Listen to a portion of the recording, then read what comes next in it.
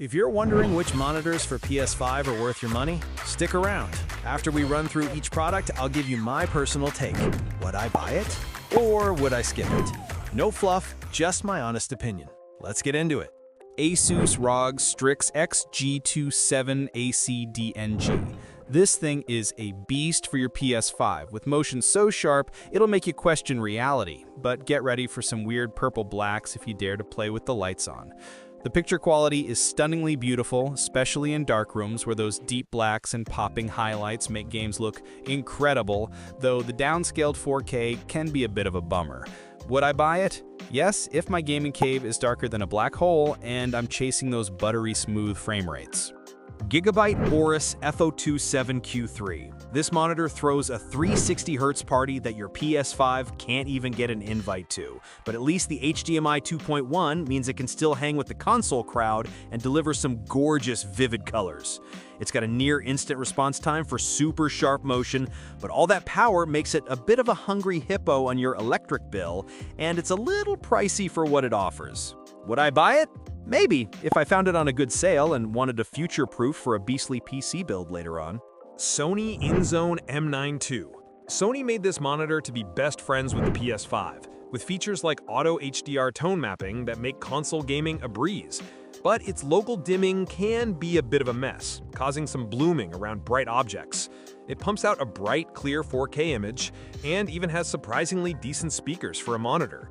But for a similar price, you could snag an OLED with way better contrast. Would I buy it?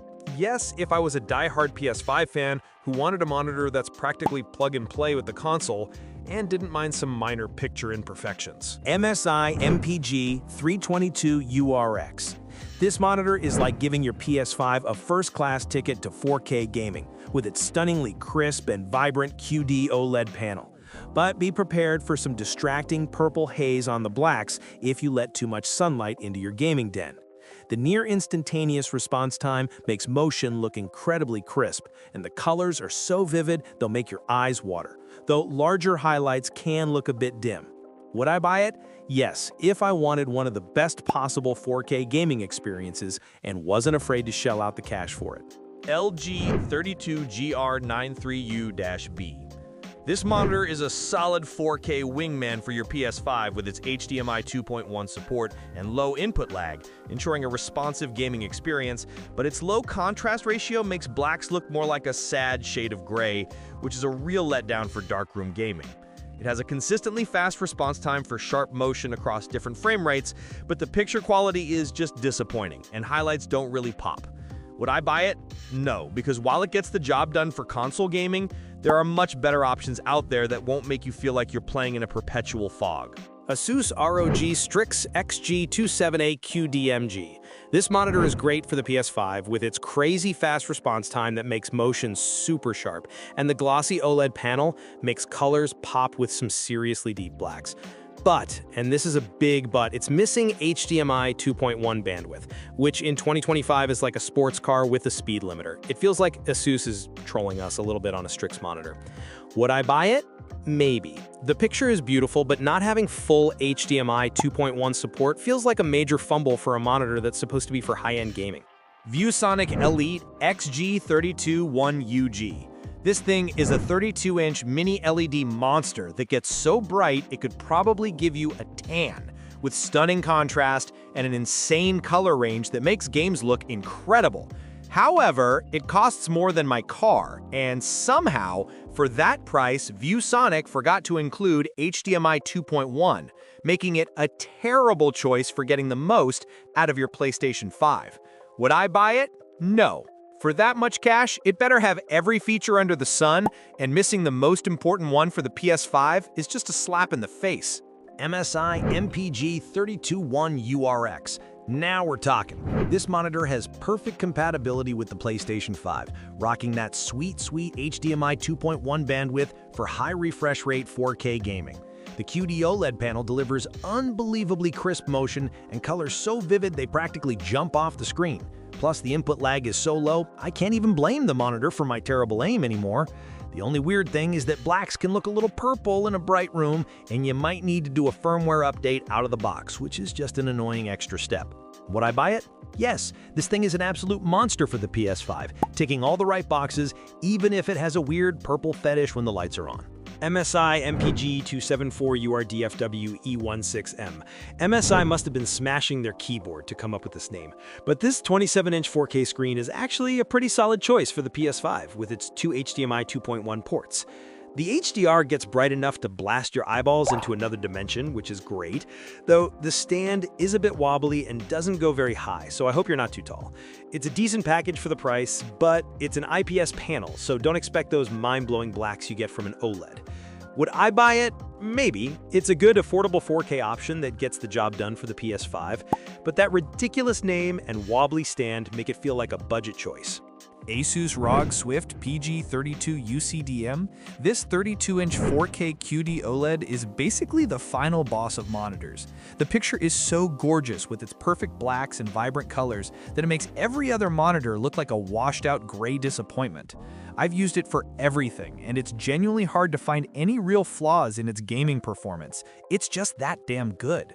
It's definitely expensive, and your bank account will probably send you a strongly worded letter, but you absolutely get what you pay for here.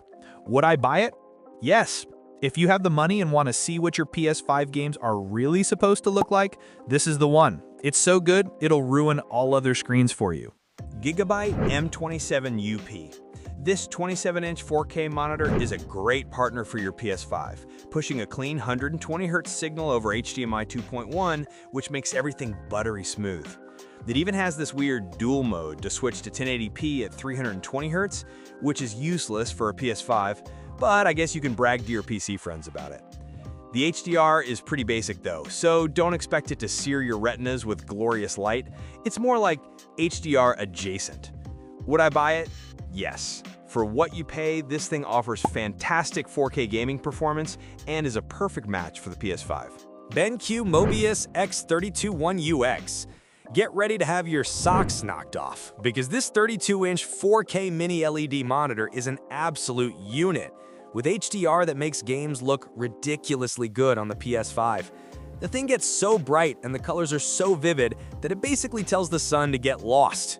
The downside is that BenQ is pushing this Pixel engine AI upscaling that straight up doesn't work with the PS5, since the console outputs its own 4K signal, so you're paying for snake oil. Would I buy it? Maybe, because it's an incredible monitor for console gaming that supports all the PS5's features, but that useless AI tech leaves a bad taste in my mouth.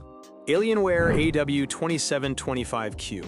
This 27-inch QD OLED is just unfair. The blacks are so deep they might actually be a portal to another dimension, and the colors pop so hard it's like a fireworks show on your desk.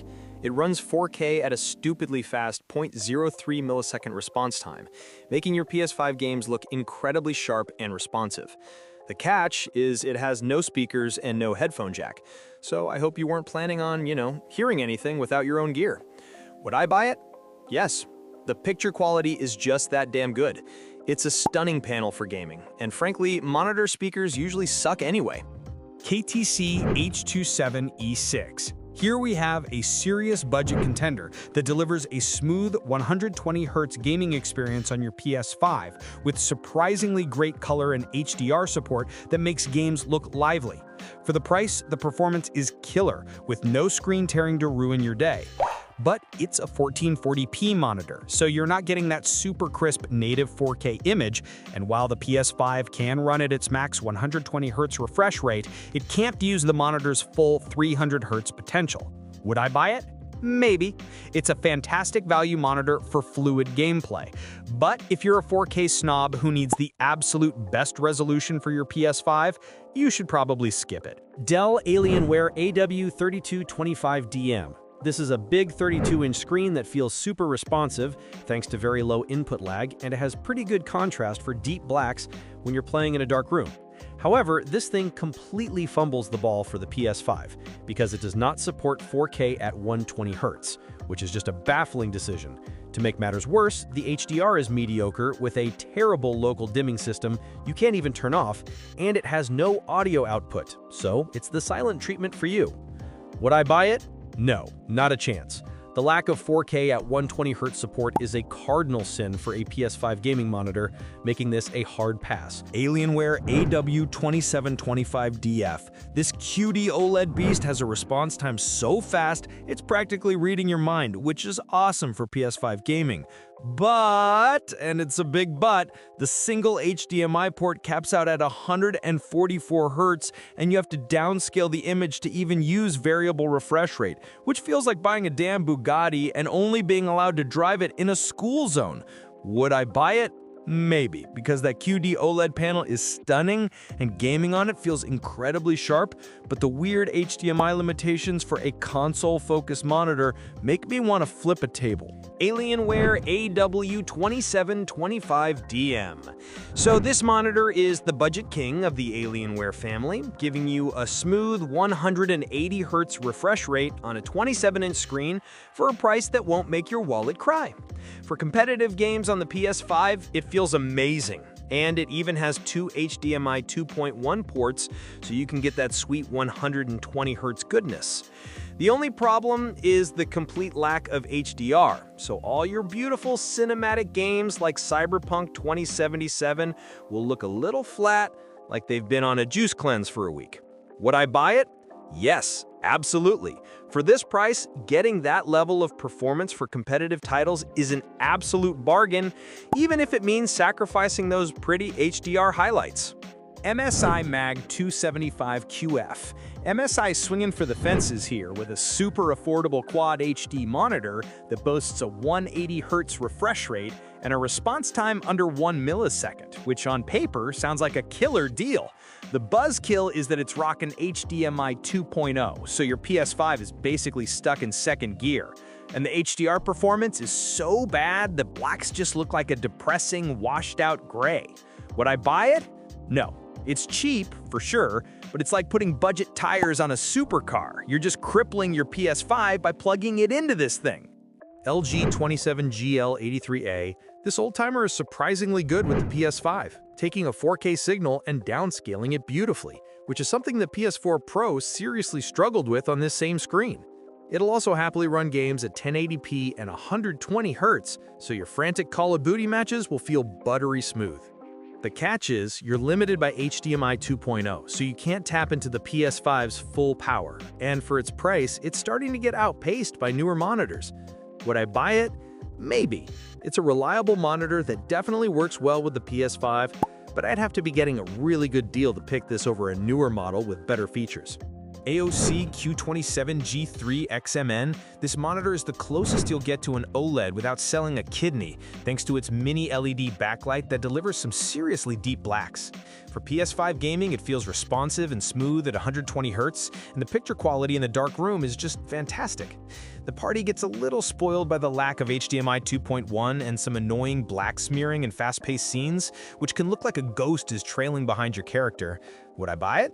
Yes! Even without HDMI 2.1, the incredible contrast from the mini LEDs provides such a great picture for the price that I can forgive its few little quirks. Thanks for watching. I hope this video helped you pick the monitors for PS5 for you. If you have any questions, drop a comment below. Links to all of these products mentioned in this video will be in the description.